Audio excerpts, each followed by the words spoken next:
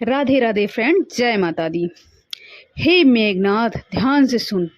आज मैं तुझे एक ऐसी बात बताने जा रहा हूँ जो राजाओं के लिए उतनी ही महत्वपूर्ण है जितना कि साधुओं के लिए यह विषय है।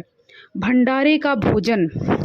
तू जानता है, जब कोई मनुष्य अपने जीवन में ग्रह पीड़ा, दुर्भाग्य, विपत्ति से घिर जाता है, वह ईश्वर को प्रसन्न करने और अपने ग्रह दोष शांत कराने के लिए भंडारा करवाता है। वह भंडारा केवल भूख मिटाने का साधन नहीं होता है, वह उसके कर्मों की शुद्धि का एक उपाय होता है। वह व्यक्ति अपने जीवन का पाप, अपने कर्मों की नकारात्मकता ऊर्जा और ग्रहों का दोष ईश्वर को अर्पित करता है और उस अन्न के माध्यम से वह बोझ समाज में वितरित कर देता है। अब समझ, यदि तू उस भंडारे का अन्न खा ले तो केवल अन्न नहीं, तू उस व्यक्ति का गृह दोष भी अपने भीतर उतार लेता है। उसके जीवन की बाधाएं, उसका दुर्भाग्य, उसके अपयश के कारण सब तेरे भाग्य में प्रवेश कर सकते हैं। यही कारण है कि हमारे धर्म में कहा जाता है कि भंडारे का अन्न केवल उसी के लिए है जो भूखा है, जिसे अन्न का अधिकार है और जो उसे श्रद्धा से ग्रहण करे। जो संपन्न है, जो राजसी हैं, जो सब कुछ रखता है, यदि वह भंडारे का अन्न खा लेता है तो वह दूसरों के भाग्य का भार अपने ऊपर ले लेता है। भंडारा करने वाला व्यक्ति जब भोजन बनवाता है तो उसमें अपनी पीड़ा का अंश भी खोल देता है। वह सोचता है कि इस अन्न के वितरण से उसके ग्रह शांत हो जाएंगे, उसका दुर्भाग्य समाप्त हो जाएगा। जब कोई भूखा मनुष्य वह अन्न खाता है तो उसके भीतर वह पीड़ा नहीं टिकती, क्योंकि उसका पेट तो पहले से ही खाली है, उसकी आत्मा शुद्ध है। पर जब कोई शक्तिशाली धनवान या उस राजसी व्यक्ति उस अन्न को खाता है तो वह उस ग्रह दोष का पात्र बन जाता है। धीरे धीरे उसका तेज कम होने लगता है, उसकी बुद्धि भ्रमित हो जाती है और उसके कर्मों में अशुभता प्रवेश कर जाती है।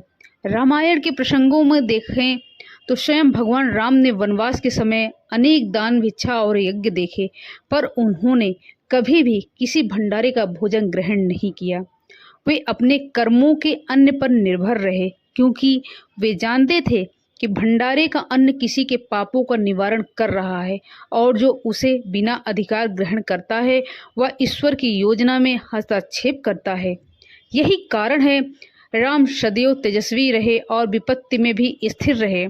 याद रखना, भंडारे का अन्न केवल भोजन नहीं होता है, वह कर्मों का प्रतिबिंब होता है।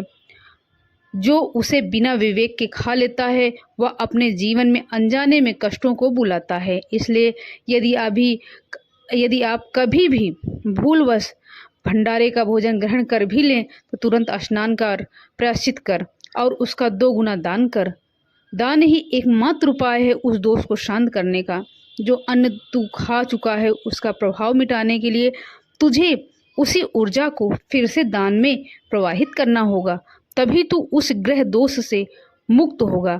याद रख, जो व्यक्ति दूसरों के ग्रह दोष को अपने भीतर उतार लेता है वह चाहे कितना भी शक्तिशाली बलशाली क्यों न हो, धीरे धीरे उसका भाग्य क्षीण होने लगता है, उसकी विजय भी दुर्भाग्य में बदल जाती है। इसलिए भंडारे का सम्मान कर उसे खाने से बचें, क्योंकि जो अन्न किसी और की मुक्ति के लिए बना हो वह तो तेरे लिए बंधन बन सकता है। हे पुत्र, यह बात मैं तुझे अनुभव से कह रहा हूँ। मैंने स्वयं देखा है कि कितने राजाओं ने, कितने मंत्रियों ने भंडारे का अन्न खाकर अपना तेज खो दिया है। वे सोचते थे कि वे दानी बन रहे हैं, पर वास्तव में वे दूसरों के ग्रह अपने ऊपर ले रहे थे। यही कारण है कि मैं स्वयं लंकापति रावण होकर भी कभी किसी भंडारे का अन्न नहीं ग्रहण करता। यदि तुझे भंडारे में जाना पड़े तो ईश्वर को प्रणाम कर, गरीबों को भोजन करवा, पर स्वयं उस अन्न से दूर रहे। यदि कभी विवशता में खा भी लें तो उसका दुना दान कर, ताकि तेरे कर्म शुद्ध रहें, क्योंकि जो भंडारे का अन्न बिना आवश्यकता के खाता है वह ईश्वर का आशीर्वाद नहीं बल्कि दूसरों की पीड़ा का अंश प्राप्त करता है। इसलिए इस बात को अपने हृदय में अंकित कर लें। भंडारे का भोजन केवल उस भूखे का है जिसे ईश्वर ने भेजा है, जो संपन्न होकर उसे लेता है। वह अपने भाग्य में दुर्भाग्य बो देता है। भंडारा ग्रहों के शांत करता है, पर गलत व्यक्ति के लिए वही ग्रह प्रकोप बन जाते हैं। इसलिए विवेक रख, संयम रख और अपने कर्मों को शुद्ध रख। यही नीति है, यही धर्म है और यही सच्ची लंकेश मर्यादा है। अगर आपको ज्ञानप्रद कथा पसंद आई हो तो चैनल को सब्सक्राइब, लाइक, कमेंट जरूर करिएगा दोस्तों। ये लंकापति रावण ने अपने बेटे मेघनाद से ये बात कही थी, जो आप सभी के बीच मैंने प्रस्तुत किया। अगर वीडियो पसंद आई हो तो कमेंट जरूर करिएगा दोस्तों। राधे राधे फ्रेंड, जय माता दी।